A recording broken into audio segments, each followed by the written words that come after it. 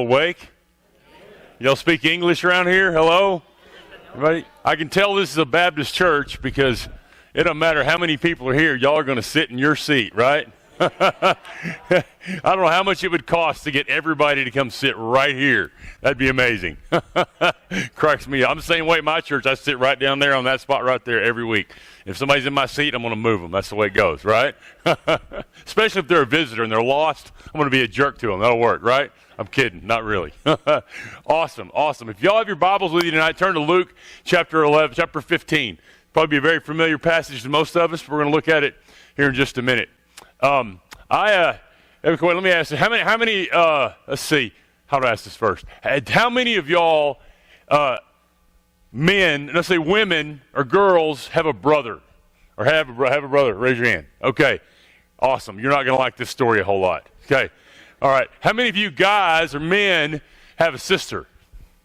You're going to love this story, all right? Okay? Maybe not the ending, but you'll love the journey getting there. I have a younger sister. Her name is Delane, okay? Delane is me in a skirt, okay? All right?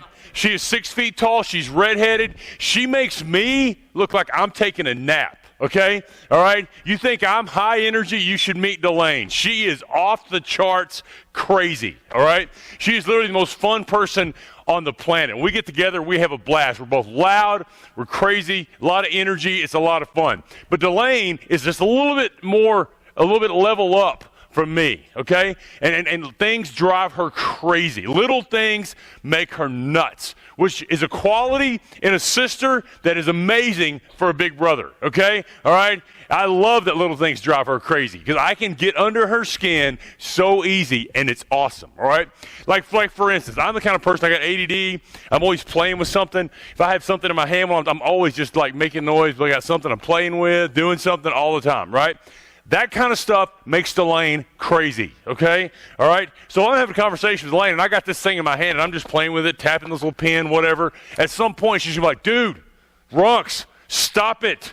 Put that thing down. You're driving me nuts, all right? Which is basically like saying sick 'em to a dog. You know what I'm saying? All right? She tells me that. It's going to be more like, oh, really? I'm just going to go crazy with this thing, play with it all the more till I drive her insane, all right? And I love messing with her, especially when we were kids, all right? And one of my favorite things to do when I was a kid, it's kind of mean when you say it out loud as an adult thinking about it, but as a kid, it was a blast. One of my favorite things to do was get a tennis ball, put it in a tube sock, and chase her around and smack her with it, okay? It was hot. It didn't leave a mark. It was awesome. The best part about it is if like she took off running across the backyard, you could just go like David and Goliath on her. You're like, whoosh, it was awesome, right? So this one morning, my mom goes to the grocery store or something, I don't know. Me and Delane are home alone all morning long, and it is on, okay? I am chasing Delane all over the house, smacking her with this tennis ball, tube sock, right? And we get to the kitchen, and I'm bent over next to the kitchen table laughing. I mean, I'm just bent over like this, just dying. I'm laughing so hard I can't breathe, right? Well, Delane, she sees this as an opportunity, okay? All right? And she reaches back like all the way to Kansas, takes a running start across the kitchen, and just bam, pops me right in the face, okay? All right? Hit me so hard, bloodied my nose. I was off balance. I wasn't expecting it. She knocked me up over onto the kitchen table, all right? Okay, the funny thing about it is before my back landed on that table in the kitchen, I heard the bathroom door lock on the other end of the house, okay? All right? She's like, bam, gone, out of there, all right? And so I get up. I wipe the blood and the tears off. Tears because I was laughing, all right? Not because I was crying. Okay? Wipe the blood and the tears off, get all cleaned up, get ready to go. Walk down the hall, get my tennis ball, my tube sock. I start tapping on that bathroom door. It's like, dink, dink, dink. Dink, come out and play. She's like, I'm not coming out there. You're going to hit me. I'm like, well, I'm not going to hit you. I'm going to bash your brains in. Dink, dink, dink, dink, dink. She stayed in there till lunchtime when my mom got home. Okay? All right? And my mom gets home, and she was not at all happy about what was going on. All right? And she said the most dreaded words you could ever hear at my house when you're a kid. You wait until your father gets home, okay? All right, now look, my dad was old school, okay? I mean old school. He was not a guy, when I was a kid, we didn't get timeouts, all right? We didn't get grounded, we got whippings, all right, okay? I mean whippings, right? And people are so weird today about whipping kids, and so if I hadn't got whipped I'd be in jail now. You know what I'm saying? I was imagine me as a 13-year-old kid. I was a guy who could not shut up. I was a punk, right? My dad, he never was abusive. He was loving, but you got some licks, right? I mean, my parents are old school. My mom used to teach school in the inner city back in the day when you jack kids up, right? And my dad made her a canoe paddle to give whippings with, all right? A canoe paddle, all right? That's what I got whipping with. I mean, my mom in high school could pick me up off the ground. I mean, like, poof, you know what I mean? She could jack me up, right? So I knew when my dad got home, I was getting a whipping. I had no intentions of being there when he got home. So I popped off and I was like, I ain't going to be here when he gets home because I'm running away. You know what my mom said? I will help you pack, okay? All right? She had enough of my smart mouth, right? So I go to my bedroom. I get my backpack, and I don't know why. I packed up like 4 pairs of underwear and 4 pairs of socks. That's all I got, okay? I went to the pantry to get some food, and I don't know why we had, you know those like little motel boxes of cereal, the little boxes of cereal, right? Well, that's all. We had a ton of them. But all we had was grape nut flakes. That's all right? Like what my granddad ate, like old man cereal, okay? All right? So I got like 6 boxes of grape nut flakes, underwear and socks, and I'm out of there, right? I walk out of the garage door. I'm walking down the driveway, and y'all, as I'm walking down that driveway, this is what a punk I was. I remember I said out loud, nobody is ever telling me what to do ever again. I'm a free man, right? I walked to the end of the driveway. I turned right. I walked down Cimarron Street, walked all the way into Cimarron, got to the corner of Cimarron and I sat down on that corner. You know why I sat down on that corner? Because I wasn't allowed to cross that street. Nobody's ever telling me what to do again, but that's as far as I can go right there, Cimarron and I. That's the end of my world, okay? I sit on that corner thinking, this is it, man. I'm living the dream. Nobody telling me what to do. I got my grape nuts flakes and socks and underwear. I'm living the dream, right? It was awesome for about 5 seconds until I got bored. My little ADD brain starts kicking in. Man, I'm bored out of my mind. But I don't know where else to go. I can't go any further. I keep sitting on that corner because I don't want to swallow my pride. Finally, it starts getting dark. I start getting hungry, tired of eating grape nut flakes. No milk, no water, no nothing. Just whatever. I don't know how y'all eat that stuff. Anyway, I pack up. I'm going, I really go home and get 10 whippings. Just sit right here for 5 more seconds. Pack it up. Walk 100 yards down the block, up the driveway, into the garage door, walk in the kitchen right as my mom was putting supper on the table, and she was like, yeah, I figured you'd be home in time for supper. I'm like, yeah, shut up. I didn't say shut up. Because I'd have got even more whippings if I said that, right? Okay? She says, yeah, but I'm glad you're home. I'm like, nowhere near as glad as I am. Because running away was not what I thought it was going to be, man. It was not any fun at all. It was not what I had it cracked up to be in my head. In fact, I didn't come anywhere close to finding what I was looking for out there on my own. And y'all, the same thing is true for any of us when we rebel against God and go our own way. Because when we rebel against God and do our own thing, we never find what we're looking for. We never find any hope or meaning or satisfaction out there on our own. In fact, all we ever will find on our own in rebellion against God is emptiness and loneliness and hopelessness and an ever-increasing hunger for satisfaction. And in Luke chapter 15, Jesus tells us a story of a man who set out to try to find satisfaction on his own terms. And he never found it until he came back home to his father. And this story is a very familiar story, the story of the prodigal son. And this story of the prodigal son is a story of redemption. It's a story about what it means to be lost and to be found. But y'all, it's also a story about what it means to be lost. And because understand this. Now, when I'm talking to teenagers, I tell them this. I say, make sure you pay attention to what I'm saying. Don't hear this little part. Don't hear the rest. Pay attention for the next 3 or 4 minutes. There's more than one way of being lost, okay? Because you can be a Christian, born again, saved, going to heaven, and still experience lostness in your life.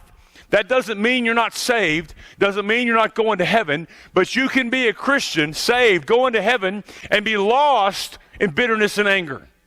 You can be saved and be lost in guilt and shame. You can be saved and be lost in some kind of an addiction or some kind of sinful habit or some kind of sinful struggle. And obviously, you can be lost as in not being saved. And y'all, the prodigal son was lost in every way that a person can be lost. And his story is the story of a man seeking, searching unsuccessfully for freedom from his lostness. And what we're going to do tonight is we're going to take a look at what happened in his life, so we need to see what needs to happen in our life so that you and I can be free from the lostness that may still have a hold in our lives. So look with me at Luke chapter 15, all right? Luke chapter 15. The first part of the story that we need to look at in order for you and I to be free for the lostness that might still have a hold in our lives is we need to look at the rebellion of the son. The rebellion of the son. Luke 15, verse 11 says this. And there was a man who had 2 sons. And the younger son said to the father, Father, give me my share of the estate that's coming to me. And the father divided his estate between his 2 sons. Now, this request of the son for the father to basically give him his inheritance early is a picture of how selfish this guy is, all right? But y'all, the selfishness of the son is not the real issue. The selfishness of the son is just a symptom of a deeper problem.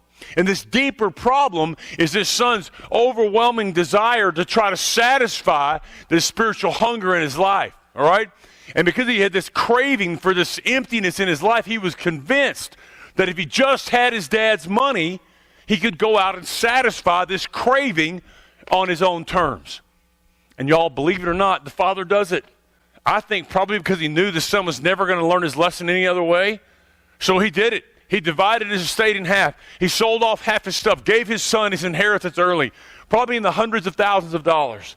And y'all, once the son gets the money, verse 13 says he's out of there, man. He takes off. It says that he went to the far-off country and blew all his money through wild living. The phrase wild living, it indicates in the original language that it's to indulge in sin and sensual pleasures, okay? It carries an idea of having no restraint regarding sin, especially sexual sin, all right? Verse 30 makes it clear that at least part of this rebellion was sexual, and it says he blew a bunch of his money on prostitutes, all right? Basically, this guy went nuts, all right? This guy went crazy, and he filled his life with the same kind of stuff that people fill their lives with today when they're trying to satisfy their spiritual cravings in unhealthy ways, all right? Probably involved drugs, probably involved drinking, obviously involved materialism and pride, but it definitely involved sex. But y'all, the point of this verse is not so much what he did, but where he did it. Because it doesn't say he partied in his hometown. It doesn't say he partied in the next county. It says he went to the far-off country. You know why he went to the far-off country? Because he wanted to go where nobody knew who he was. Because when nobody knows who you are, or nobody knows what you're doing, you can do whatever it is that you want to do. I was a junior in high school. My English teacher, Mr. Fennell, he didn't show up for English class for 6 straight weeks. It's insane to me now. My wife's a principal. I look at this now and think, I don't know how this guy got away with this, all right? But he would just like come in, he would take roll, and then he would leave. He did that for about a week, and like the smart kids are all like, what are we doing? We got to learn English. And he's like, oh, no, don't worry about it. Don't worry about it. You're all going to get an A, but don't tell anybody. Just keep quiet about it and stay in here and be quiet. Just do whatever you want. Just stay in here. Well, I'm not telling anybody, all right? I get an A in English, my parents will do flip-flops down the street. You know what I'm saying? I'm not saying a word, okay? But there's no way I'm sitting in that class every day for an hour doing nothing, right? So me and my friend Wes, we started sneaking out and messing around. Mr. Fennell was also the drama teacher, okay? So our classroom was way on the far end of the high school down by the auditorium, all right? And we started sneaking out and going and messing around in the high school auditorium, all right? And I had no idea how much fun you can have in a high school auditorium when nobody's looking, all right? Okay? Because we should be dead for some of the crazy stuff we did, all right? And we did crazy stuff. Like we figured out the big ropes that you pull to open the curtains are counterbalanced by sandbags, all right? And if somebody in the front holds the rope, you can ride the sandbags from the top to the bottom, okay? It's amazing. If you want to mess with a guy, you can kind of let him bump the ground and just let it slide a little bit. Boom. It's awesome, right? We didn't know one of the things. The crazy thing we did was we took a rope, we untied one of those ropes, went up above the stage, tied it around one of the rafters, pulled it over to the sound stage, and did Tarzan rope swings across the sound stage, okay? All right? Yeah, no, we had 6 weeks, nobody watching us, right? Okay? But that's nothing. Here's the crazy thing we did, all right? We took one of those ropes, we figured out how to get in the attic above the auditorium, crawled up in the attic with this rope, took one of the lights out, all right? Tied the rope around some beam up there and dropped it down in the middle of the auditorium. What we were going to do is jump off the balcony and do Tarzan rope swings through the whole auditorium, all right? Okay? Well, the problem is we didn't know where we were when we dropped the rope, okay? So when we got out of the attic, the rope, like if this is the edge of the balcony, the rope is like right there, okay? So if you jump off the balcony, all you're going to do is just go, zoop, and that's all, right? So here's the bright idea I have, okay? All right, I got ADD, I don't think, I just do, right? Gets me in trouble, okay? I'm like, here's what we'll do, man. We'll put a bunch of slack in the rope, okay? All right, we'll go up to the top of the balcony. We'll come running down the steps, jump off the lip. When we jump off of there, the slack will drop, the rope will catch, boom, we'll start swinging. He's like, awesome idea. You first, okay? All right? Yeah, I'm like, sweet, let's do it, man. Again, I don't think, I just do, right? So I'll put a bunch of slack in the rope, go up to the top of the stairs.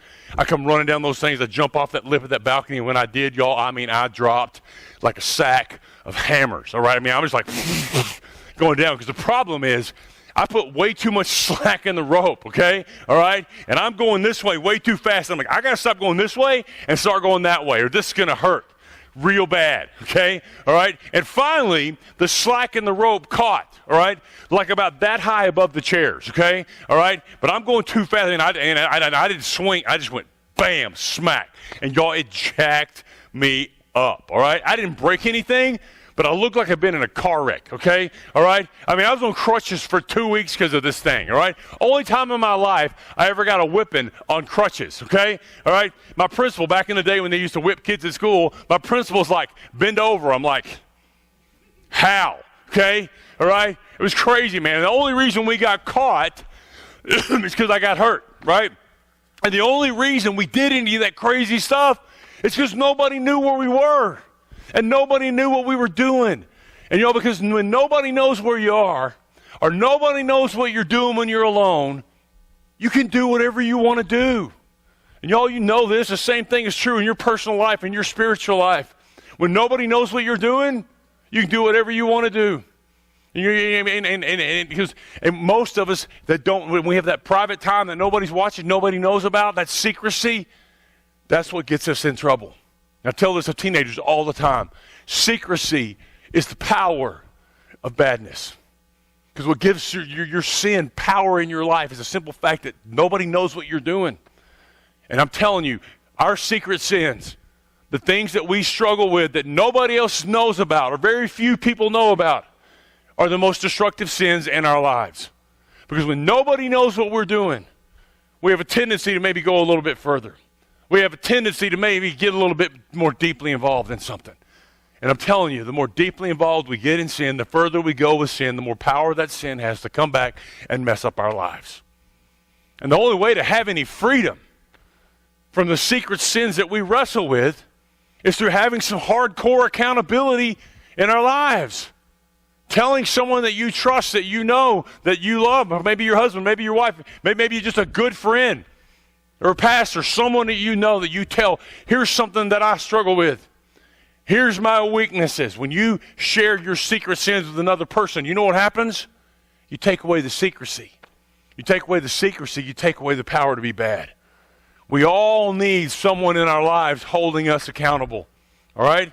Specifically for the sins and stuff that we really struggle with, all of us men need a man that we trust, that we can stand beside, to walk with in accountability. I think every man, every woman in the body of Christ ought to have three things in their life. You ought to have a brother that you walk beside, a brother or sister that you walk beside, that knows your struggles, knows your pain, knows your struggles, that you share with what's going on, and they share with you. Every one of us ought to have a brother or sister above us that's a little older than us, that knows a little bit more, that's a little bit more deep spiritually than us, that's pouring into our lives. And every one of us needs a younger brother or sister under us that we're pouring into, that we're sharing the life experience that we have helping them. That's the body of Christ. I said it this morning, it's a personal relationship, but it's not private. We need each other. And accountability will set you free. And I'm afraid most Christians in the world today don't have that kind of accountability. I think a lot of us don't want to share our secret stuff. I think a lot of us like to have our own little thing. That's our deal. And we're afraid that accountability will restrict us. We're afraid accountability will hold us back and keep us from experiencing the things our pet sins, whatever they are. But I'm telling you, that is a lie from the pits of hell. Because accountability does not restrict you. Accountability sets you free. I shared this morning that I was abused when I was a kid, carried some baggage from that. I kept that a secret until my adult life. Because of that, it led me down some roads of some pretty ugly addictions. We're going to medicate my pain in unhealthy ways. Again, I'm going to share that story on Tuesday night, how God brought me back from that. If you know people that are hurting, been through hard times, suffering, been through any kind of stuff, it'd be a great night for you to invite a friend to come, man. It's an amazing story what God has brought me back from. But the addictions because of what I battled, and God got me cleaned up from that a long time ago. But because of that, I have some hardcore accountability in my life because I don't want that stuff to ever be a part of my life again. I've got 3 guys I meet with every week. Hold me accountable to live out what I believe. Every day I'm alone out on the road doing my thing. I got to contact one of those guys every single day. For a long time, I took a lie detector test once a year. Just nobody made me do that. That was purely my choice because I didn't want the freedom to lie. Because there was a time I needed that, and I could have called Kenny or Kevin or Toby, one of my guys, when I'm on the road somewhere and tell them I'm doing okay when I'm not. But come September, when I take that polygraph test, they're going to know I'm lying. I don't have the freedom to lie. I'm telling you, I have more accountability in my life than anybody I've ever known. I have more accountability than anybody I've ever heard of. But I have more freedom, y'all, than I've ever had in my life because the secrecy in my life is gone. And because the secrecy is gone, so is the power to be bad. And that gives me freedom. So I'm telling you, you want to experience the freedom that Jesus came to give you? You got to get rid of some secrecy. If you're holding on to some pet sin that maybe has beset you or knocked you off track for lots of years, it's just that one still thing. And I could name stuff all day long and not name what you struggle with. I'm not your Holy Spirit. You know what your weaknesses are. This right now in this room, everybody, you want you to think for 1 second, what is the one sin in your life that constantly knocks you off track? What is that one sin that's been a battle for you for a long time? That's it. And if that's a secret sin that nobody else knows about, I would challenge you today to tell someone that you trust what that is and get some accountability around that area. Get rid of the secrecy. You get rid of the secrecy, you get rid of the power to be bad. And then you can begin to experience the freedom, Galatians 5:1, that Jesus came to set you free to experience. And y'all, the lesson that we need to learn from the desperation of the prodigal son is that secrecy is the power of badness. Because the prodigal son had secrecy in his life, and it gave him the power to be bad. And y'all, he lived it up, he partied hard, but none of it brought him any satisfaction. Which leads us to the next part of his story. And the next part of his story that we need to look at in order for us to be free from the lostness that might still have a hold in our life is we need to look at the desperation of the son. The desperation of the son. Look at verse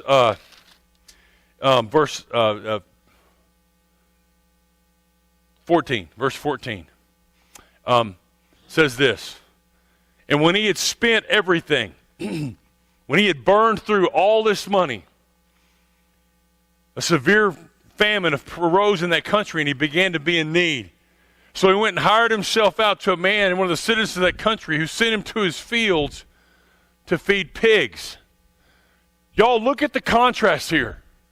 Look at where this guy is now compared to where he was last time we saw him. Last time we saw this guy, he's living the dream, right? He's got money to burn. He's in the far-off country, living it up, indulging all of his sensual desires and pleasures, going for it. And now this guy's flat broke, burned through all this money, living in a pig stable, which probably was the most disgusting things a Jew at that time could imagine. This guy's on the very bottom of the barrel. This guy was so desperate. Verse 16 makes it clear that he was so desperate. He was jealous of the pigs. When it says he was so hungry, he wanted to eat what the pigs were eating. Verse 17 says he was starving to death. Now, his physical hunger in the story is just a metaphor for the spiritual hunger in his life. The same spiritual hunger that he set out to try to satisfy through the wild living in the far-off country. All right? Basically, y'all, this guy had indulged himself in every sin and sensual pleasure the world has to offer, and none of it brought him satisfaction. In fact, all it did was bring him rock bottom. All right? And this guy had learned the hard lesson, Ecclesiastes 6:7, that sin never brings satisfaction. Sin never satisfies. When I was a kid growing up, we used to go water skiing a lot. That was one of our things, all right? And I never was really a great athlete, but water skiing was one of the things that I was kind of good at, and I loved doing it, right? And the thing about going water skiing, I don't know if y'all have been water skiing, but for me, when I get done, I don't care if I've been water skiing for 15 minutes or 2 hours. When I come out of that water, I got to have something to eat right now. I mean, I'm starving, right? It just takes it out of me, right? Well, my dad had a lot of weird rules about his boat. He had a lot of weird rules about a lot of stuff, but about his boat, the weird rule was no food on the boat at all. You have a bottle of water, that's it, but no food, ever. So when I go water skiing, if we're out on the lake, whatever, a couple hours, I mean, by the time we get done, I'm dying, all right? Dying. So this one time we were going to go to the lake, go water skiing. My granddad was going to stay back at the house, cook steaks. We get out there, we go water skiing for a couple hours. As always, we get done. I'm famished, man. I mean, I'm so hungry. I'm like gnawing on the side of the boat. I'm hungry, all right? We get back to the house, as you can imagine. Of course, the steaks aren't ready yet. So where do I go? Straight to the pantry, man. I open that thing up, and I'm grabbing anything that will fit in my mouth and cram. I don't care what it is. I mean, ding-dongs and ho-hos and Twinkies and Little Debbies and whatever, right? Every adult in the house comes by and says what? You know what they say to me? You're going to ruin your supper, right? I don't care. I got it. Oh, wolfing it down, right? Gets time for supper. The steaks are ready. Guess what? Exactly. I'm stuffed. I'm so full I can't even drink a glass of tea. So I sit down, watch everybody else eat their steaks, baked potato, the whole nine, all that. By the time all the steaks are gone, all the food's gone, guess what? Exactly. I'm hungry. And that's funny. When I do this with teenagers, they look at me like they don't know the answer. They know the answer. They don't want to admit it, but they know, right? They've seen this movie before. They just don't want anybody to know, right? Of course, food's all gone. By that time, I'm hungry again. But there's no more steaks and baked potato left, so I got to go back to the pantry eating Little Debbies and Twinkies, right? Because here's the deal. We know this. Junk food doesn't satisfy hunger, right? All junk food does is give you a little temporary relief, which only serves to make you hungrier than you were when you started, right? Guess what? That's exactly what sin does. Because sin and spiritual junk food does not satisfy us. All it does is give you a little temporary escape, maybe a little temporary relief, which only makes you more spiritually hungry than you were when you started. And y'all know that. Everybody, we all know that. You've lived enough life to know that sin does not satisfy. And by what I mean by that, I really have to spell this out with teenagers, but think you know this, is by sin doesn't satisfy. That means when you indulge in whatever your sinful thing is, that one thing that's got a hold on you, does it ever satisfy that need? Does it ever satisfy it in a way that you don't ever need or even want to do that again? No, it doesn't. You know that. Sin never satisfies. It leaves you hungrier than you were before. It leaves you wanting more. But look, you can know that. I know lots of people have been Christian a long time that they know that. They've been down some hard roads and that sin doesn't satisfy. The question we have to answer is for anything to ever change is this. Is it worth it? Is it worth it? Is whatever you get out of that cheap indulgence, is it worth the baggage that comes with it? Because if it's worth it, you're going to keep doing it. And you're not going to stop. But if you come to a point where you're like, man, I'm sick of this. I'm sick of the fallout. I'm sick of the baggage that comes with my sin. Then you can stop. You can stop filling your life with the junk of this world that will never bring you satisfaction and start filling your life with the only thing that will. And the only thing in this life, y'all, that will ever bring you any real or lasting satisfaction is Jesus. Because apart from Jesus, there is no hope. Apart from Jesus, there is no meaning. And apart from Jesus, there is not and there will never be any real or lasting satisfaction. And y'all, the lesson we need to learn from the desperation of the prodigal son is that sin never satisfies. Because he indulged himself in every sin and sensual pleasure the world has to offer. And none of it, y'all, none of it brought him satisfaction. In fact, all it did was bring him to the very bottom of the barrel in brokenness. Which leads us to the last and most exciting part of the story. And y'all, that part of the story that we need to look at in order for you and I to be free from the lostness that might still be hanging on in our lives is the redemption of the Son. Is the redemption of the Son. Look what it says, verse 17. It says this. But when he came to his senses, y'all, the whole passage turns around on that phrase. The way it's structured, the way it's written, this whole thing spins around right there. He came to his senses. What it means, basically, it means he woke up. Basically, what it means is he realized he was lost. He'd been lost the whole time. He just didn't know it yet. But he came to his senses and he realized, this ain't working. This sin doesn't satisfy. This secrecy is not good. It says, I came to his senses. He came to his senses and he said, how many of my father's hired servants, how many of the guys that work for my dad have food to spare? And here I am starving to death. I will set out. He realized he wasn't going to find the satisfaction he was looking for anywhere else other than to go back home. So he sat down and he made a plan to go home. Look what he was planning. Here's his plan, verse 18. He says, I will set out and I will go back to my father, and I will say to him, Father, I have sinned against heaven and I have sinned against you, and I am no longer worthy to be called your son. Make me like one of your hired men. And he got up and he went home. Y'all, his plan was real simple. He's going to go home. He's going to confess and repent of his sin to his father. And then he's going to try to work his way back into earning his father's acceptance. And then very simply, Jesus says this. He got up and he went home. And he says, Jesus telling the story, he says when he was a long ways off, his dad was standing out at the gate and he saw him coming. And it wasn't like the dad just happened to be out there checking the mail or something that day, all right? He'd been going out there every day looking down that road, hoping and praying, begging God for his son to come back home. And when he saw his son off in the distance, man, he dropped everything. He dropped everything and he took off running out to meet his son, which for a man of that stature in that culture was not an acceptable thing to do, but he didn't care. He dropped it all and he took off running out to his son. And he ran to his son. When he got to his son, he embraced his son, he hugged his son, he kissed his son. When he looked in his face, the son looked at him and he said, Father, he said, Dad, I've sinned against heaven and I've sinned against you, and I am no longer worthy to be called your son.